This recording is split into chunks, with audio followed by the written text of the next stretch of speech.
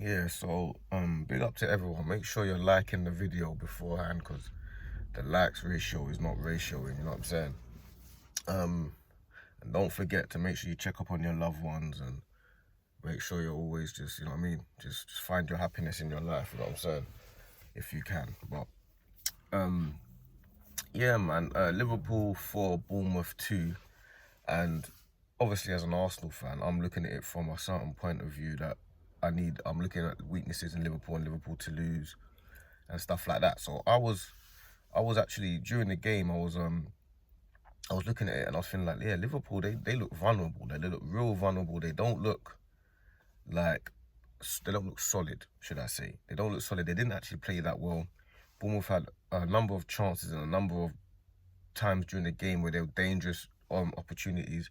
And not only that, they had times when it felt like Liverpool didn't control the game at Anfield. That's the first one of a few times I've seen them not really control the game. What I will say though is it looked like Liverpool had about 5 more gears to go up. And not only did it look like they had 5 more gears to go up, it also, the scenario was they've still actually won the game. So even though there's a lot of holes in the team, they still got the 3 points on the board in the first game of the season. This is a game, you look at Bournemouth at home, you feel like, yeah, that's a game you should be winning. They've done that. The next thing is, at no point did I feel like Bournemouth were going to either win or draw the game. When Semenyo scored the second goal when he ran through the team, and it was 2-2, I think it was about 83 minutes or 84 minutes. I looked at the time, I saw 84 minutes. I thought, Liverpool are going to win this game anyway. I thought Liverpool were going to win regardless. Like, even though it was 2-2, it was more hope for me to be like, oh, I hope Bournemouth can hold on, or I hope. But I just knew there's this thing that Liverpool have that everyone knows about it, where obviously we all know about momentum in football. We all know about that. But Liverpool have this thing where they can create momentum whenever they want. Like, they just decide that now's the time to create momentum. Like, we decided now it's time to create momentum. And at Anfield, Arteta spoke about this previously, and he was saying that there's waves and waves and waves of football at Anfield where it's just whizzing you by, the football's just whizzing you by, you don't know what's going on.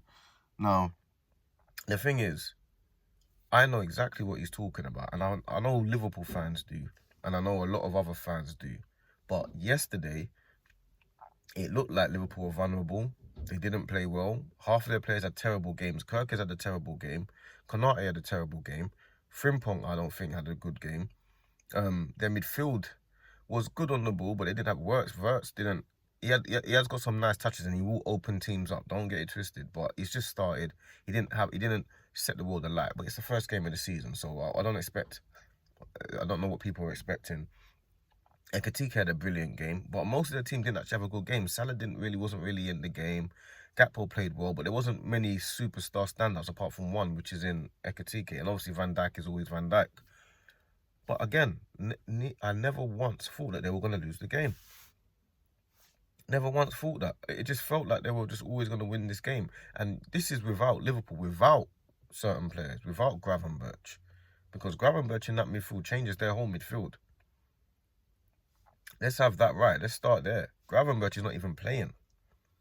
And Gravenberch ain't playing. And this midfield that they had, which wasn't dominating the game, but it was still competing with Bournemouth, was Szoboszlai, McAllister and Wirtz. That feels like a very weak, physically weak midfield, and a midfield that lacks pace.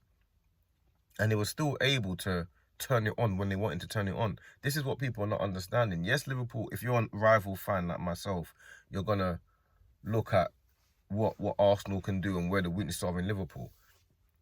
I'm looking at it the other way. I'm looking at it as, this is as weak as Liverpool will be, and they're still too strong for Bournemouth. They're still going to be too strong for most teams. Because it doesn't stop here. They're still they're still trying to get Isaac. They're still trying to make sure that they've got, when Gravenberch comes back, they've got Gravenberch, McAllister, Szoboszlai and Wirtz to all play in there. They've still got Gakpo and Salah on either side. They've still got these things going on. So Gakpo scored, Salah scored, Ekitike scored. All three of their front line scored. All three of their front line. So This is what you're looking at. Okay, yes, you can talk about injuries and potentially get injuries and potentially not, but no rival manager or fan is going to be looking at it like, yeah, but if they get injured, no one's going to look at it like that. When it happens, then it happens. But no one's going to look at it like, oh yeah, but if he gets injuries though, he's going to get injuries, and then we could, no. We're going to look at it like what we know, that they're players that are fit, and try to beat them with players that are available. And that's the difference, I feel, with Liverpool and most teams. They've got this thing that they can turn it on whenever they want, and that, I think, is what it probably makes them far and away favourites for the title. They didn't play well at all. They didn't play well one little bit. And what's the outcome? They still got their 3 points on the board. First game of the season, tricky game. Bournemouth, they were 2-0 up, becomes 2-2. It's a tricky game. All of a sudden, the game's in the balance. 83 minutes, Bournemouth score. It's all awkward now. It's all tricky. The crowd silent is tricky. Immediately turn it up. Liverpool immediately turned it up. And I knew that they were going to end up winning the game anyway. Because if you look on my Twitter, I said Liverpool will still win this game. I knew that they were still going to win this game. And if they didn't win this game, if it ended up being 2-2 and they drew the game, they would have ended up, in those last 7 minutes, they would have ended up hitting the bar, hitting the post. The keeper would have made outstanding. It would have been one of those things. It would never have been a situation where Bournemouth would have been 2-2 and it would have been comfortable. Liverpool don't make it comfortable for you. They would have made sure that you would have had last-ditch defending, last-ditch tackles. Also, as well, it was also handball. That was handball. Like, I didn't see it at the beginning, but it was definitely handball. This is what VAR's for. You're meant to see that. And it was definitely a red card. So, by rights, Liverpool have actually got the result that they actually deserved, because that should have been 10 men. That should be handball.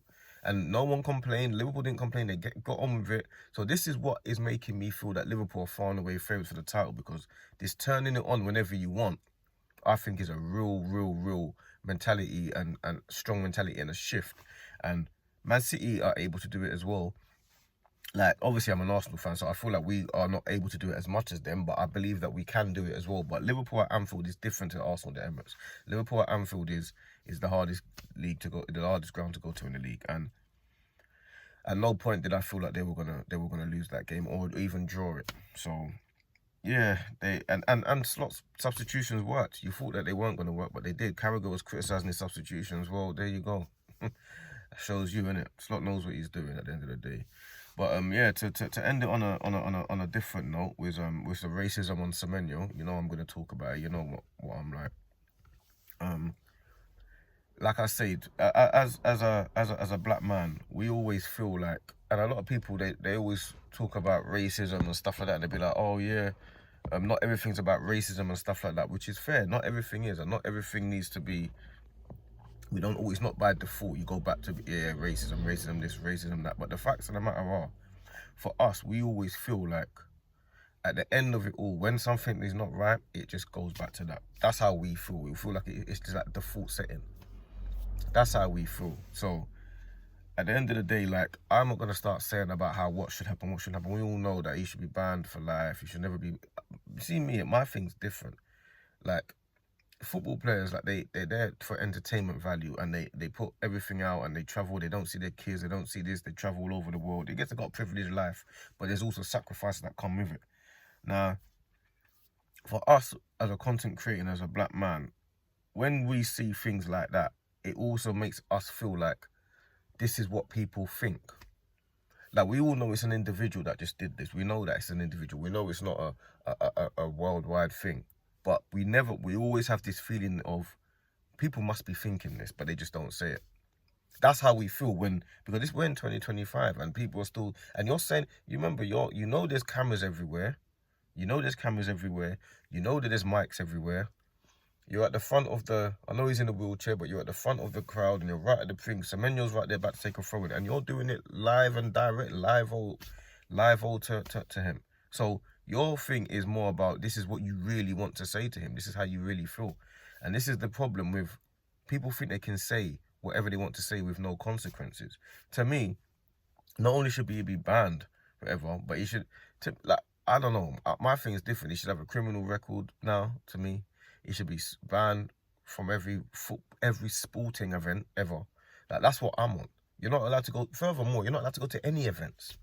Anything public, yeah, that requires a certain amount of gathering of people, you're not going.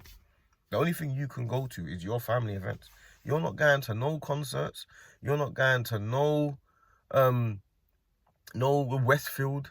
I don't trust you.